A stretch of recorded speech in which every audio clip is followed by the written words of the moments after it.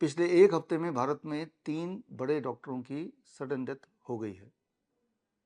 Doctor Aditya Batra जो कि cardiologist थे, रोहतक के रहने वाले थे, director of his hospital, Holi heart hospital, अचानक मौत। और उसके अलावा बहरीच के doctor Vinod Kumar orthopaedic surgeon थे और सर्जरी करने के दौरान ही उनकी अचानक डेथ हो गई। और तीसरे डॉक्टर, पिछले एक हफ्ते की बात कर रहा हूँ, 27 साल के डॉक्टर विनोद कुमार भिंड, इनका नाम भी डॉक्टर विनोद कुमार ही है, और इमरजेंसी डिपार्टमेंट में ड्यूटी के दौरान सडन डेथ। इनमें से किसी को भी बचाया नहीं जा सका, जबकि दो तो हॉस्पिटल के अंदर, वो भी इमरजेंसी या ऐसी जगह पे जहाँ पे हर तरह की इमरजेंसी फैसिलिटी होती है, वहाँ सारी इमरजेंसी फैसिलिटी के होते हुए भी CPR एक्सेट्रा करने के बाद भी इनको बचाया नहीं जा सका।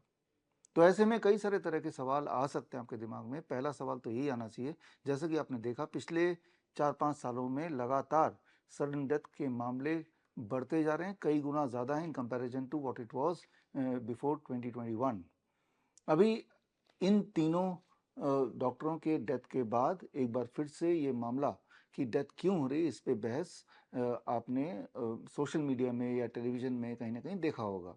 और बहस में जो फैक्टर्स नॉर्मली डॉक्टर्स बताते हैं या बता रहे हैं कि क्यों सडन डेथ बढ़ गई है, डॉक्टरों में भी बढ़ गई है और आम जनता में बढ़ गई है, तो स्ट्रेस लेवल बताते हैं, गलत खाने हैबिट बताते हैं, कम सोना बताते हैं, ये सारे बातें बताते हैं। लेकिन ज़रा सोचिए, जो भी फैक्टर्स हैं, क्या ये फैक्टर 2021 से पहले नहीं था? क्या तब लाइफस्टाइल अच्छी थी ज़्यादा? क्या तब सबका डाइट बहुत अच्छा था? ये सारे वो फैक्टर्स हैं जो कि 2021 से पहले भी उतने ही थे जितने कि आज हैं। लेकिन एक फैक्टर जिस पे ध्यान दिलाना चाहते नहीं या ध्यान देते नहीं, ये आंखें बंद कर ली है इन विश्लेषकों ने, वो है कोविड के 2 वैक्सीन्स।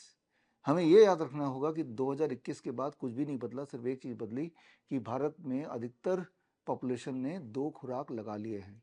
ऐसा नहीं कि 2 खुराक जिन्होंने लगाए वो सबके सबकी डेथ होने ही वाली है या हो ही जाएगी, बट ऐसा ज़रूर है कि ये कोविड के वैक्सीन लगाने के बाद कई तरह की बीमारियां कई गुना बढ़ गई हैं। अगर आप भी उनमें से जिन्होंने कोविड के 2 डोज लगाए, तो आपको भली भांति पता है कि जैसा आपका शरीर 2021 से पहले था और 2021 के बाद, खास तौर पे ये दोनों कोविड के डोज लगाने के बाद, श्योरली वो शरीर आपका नहीं रहा होगा।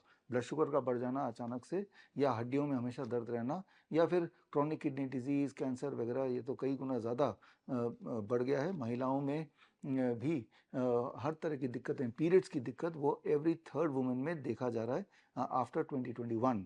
इनफर्टिलिटी रेट भी कई गुना बढ़ गया है, इरेक्टाइल डिसफंक्शन भी कई गुना बढ़ गया है। तो ये सारे डेटा हैं, और इस डेटा को मैंने फाइंड किया from more than 3500 research papers. 3500 research paper इसके इर्द गिर्द छप चुके हैं। उन सब को जोड़ते हुए एक किताब हमने निकाली थी। किताब का नाम है वैक्सीनेटेड टू डेथ। ये किताब में आप पढ़ेंगे तो आपको यकीन हो जाएगा कि अभी खास तौर पे 2021 के बाद जो सडन डेथ के मामले आ रहे हैं, या फिर बीमारियां इतनी तेज़ी से बढ़ रही हैं, या इनफर्टिलिटी या इरेक्टाइल डिसफंक्शन इतनी तेज़ी से बढ़ रहा है, उसका एकमात्र कारण है, दैट इज़ कोविड के 2 खुराक। तो क्या कोविड के 2 खुराक ने हमें कोई फ़ायदा पहुंचाया है? याद कीजिए, जो लोग मुझसे जुड़े हैं 2020 या उससे पहले से जुड़े हैं, आपको ध्यान होगा 2020 में ही, जबकि ये कोविड के वैक्सीन नहीं आए थे, तब से मैं बताता आ रहा हूँ through my books, through press conferences, या फिर इस तरह के वीडियोस के माध्यम से या मेरे सेमिनार्स के माध्यम से, कि कोविड के वैक्सीन आएंगे तो आप लगाइएगा मत। उसके बाद सडन डेथ बढ़ जाएगा, पैरालिसिस बढ़ जाएगी, हार्ट अटैक बढ़ जाएगा, कार्डियक अरेस्ट बढ़ जाएगा, बीमारियां बढ़ जाएंगी, जो कि आज का सत्य है, जो आप देख ही रहे हैं। कई बार लोग बोलते हैं कि भाई आपने पहले क्यों नहीं बताया?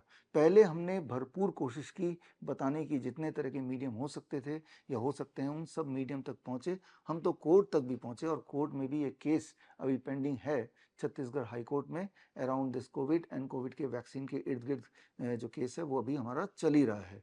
तो जितने सारे माध्यम हो सकते हैं, उन सारे माध्यम से आप तक हम पहुंचने की कोशिश कर रहे हैं। कई लोग बार बार मेरे एक्सप्लेन करने के बार बार भी एक ही सवाल पूछते हैं कि अगर कोविड ये सारा फेक था, वैक्सीन की ज़रूरत नहीं थी, तो इतने लोग क्यों मारे जा रहे थे? इतने लोग मर रहे थे, मर वही रहे थे जो हॉस्पिटल जा रहे थे। गौर से याद कीजिए, आपके आसपास जो भी लोग मरे, वो हॉस्पिटल गए, उसके बाद उनके डेथ की खबर आप तक पहुंची, और उनकी बॉडी नहीं पहुंची, वो वहीं पे रख लिया गया, और उनको जमा कर लिया गया।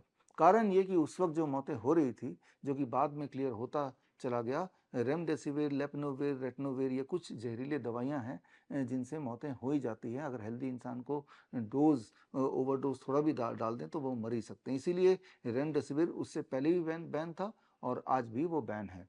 कुछ दिनों के लिए उसको चालू किया गया था। जब ये भांडा फूटने लगा कि डेथ का कारण कोई कोविड नहीं है, डेथ का कारण ये रेमडेसिविर एक्सेट्रा है, तब ये दोबारा से बैन हो गया। इनफैक्ट कोविड का वैक्सीन भी बैन हो गया। और लेकिन सोच के देखिए, जब तीसरा डोज आया किसी ने क्यों नहीं लगाया? क्यों नहीं लगाया? क्योंकि सबके अंदर ये बात समझ आ रही थी, ये कोविड का जो वैक्सीन है ये अपने आप में एक खेल है। तो खैर, अब आगे क्या करना है इस बारे में बात करना चाहता हूँ कि आगे का रास्ता क्या हो जाए, क्या होना चाहिए, इस पे हम एक डिस्कशन करना चाहते हैं। इसके लिए मैंने दिन चुना है, दैट इज 23 जुलाई, चंद्रशेखर आज़ाद जयंती, बाल गंगाधर तिलक जयंती।